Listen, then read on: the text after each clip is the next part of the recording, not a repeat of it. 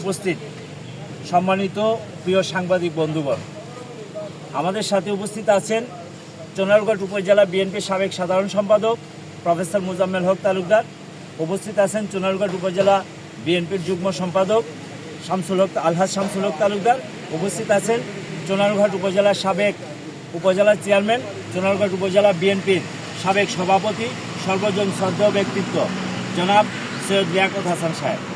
আপনারা অবগত আছেন, গতকালকে এখানে 1000 বছরের পুরাতন ক্ষুদ্র নৃগোষ্ঠী সহ 40-50 বছর যাবৎ যারা এই চায়ের ব্যবসা করে আর ছোটো ছোটো দোকানদার এখানে আছেন নিজেদের রিজিকের সন্ধানে, তালুম সংগঠিত হয়েছে।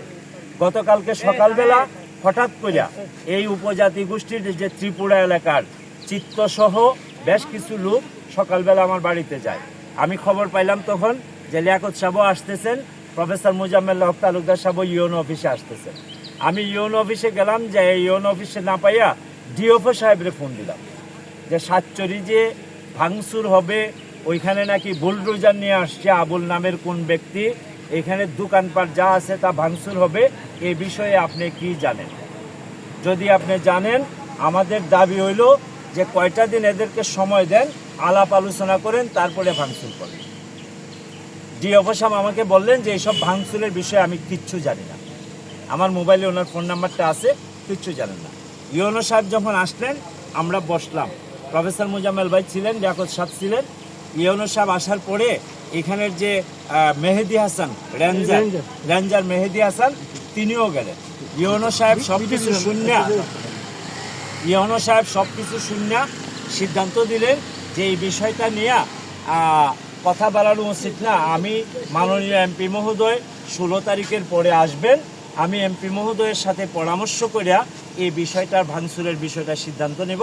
আজকে কোনো ভাঙচুর হবে না, কেউ যেন এখানে কারো উপর কোনো ভাঙচুর না করে। আর যে কমিটির নেতৃত্বে ভাঙচুর হচ্ছে সেই কমিটির মেয়াদও নাকি।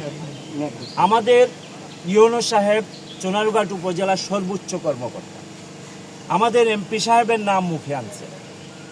তারপরেও আপনারা জানেন আমাদের সাবেক উপজেলা চেয়ারম্যান সাহেব উপস্থিত ছিলেন এই সময়ে, আমরা এতগুলা মানুষ ছিলাম, তারপরেও বিকালবেলা আইসা এখানে আমরা যে ভিডিওগুলা দেখছি আবুল নামক লোকের, একটা সাদা শার্ট পরা একটা লোক ভিডিওতে দেখবেন, তার যে অ্যাটিটিউড দেখছি, আমার কাছে মনে হয়েছে সে ব্যক্তিগত কোনো আক্রোশের কারণে এই ভাঙচুর এখানে চালাচ্ছে।